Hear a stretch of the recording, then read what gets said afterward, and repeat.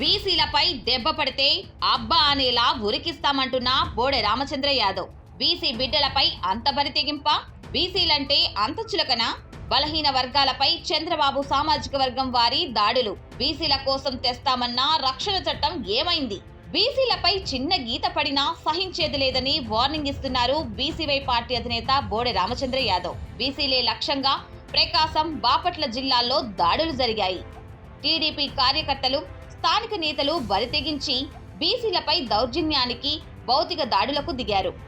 ఈ రెండు వేర్వేరు ఘటనలే అయినా చేసింది మాత్రం ఒకే సామాజిక వర్గం వాళ్ళు. దాడికి గురైంది కూడా ఒకే సామాజిక వర్గం వాళ్ళు.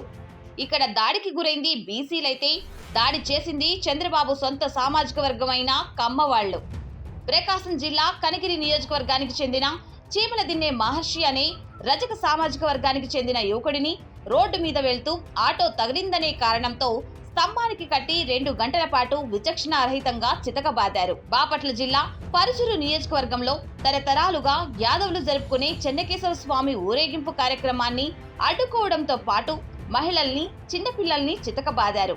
ఈ 2 సంఘటనల్లోనూ నిందితులు తెలుగుదేశం మనుషులే. టీడీపీ చెప్పిన బీసీ రక్షణ చట్టం ఎటుపోయింది? ఎస్సీ ఎస్టీ అట్రాసిటీ కేసు తరహాలో బీసీలకు అండగా ఉంటామన్న మాటలు ఎటుపోయాయి? బీసీలను టచ్ చేస్తే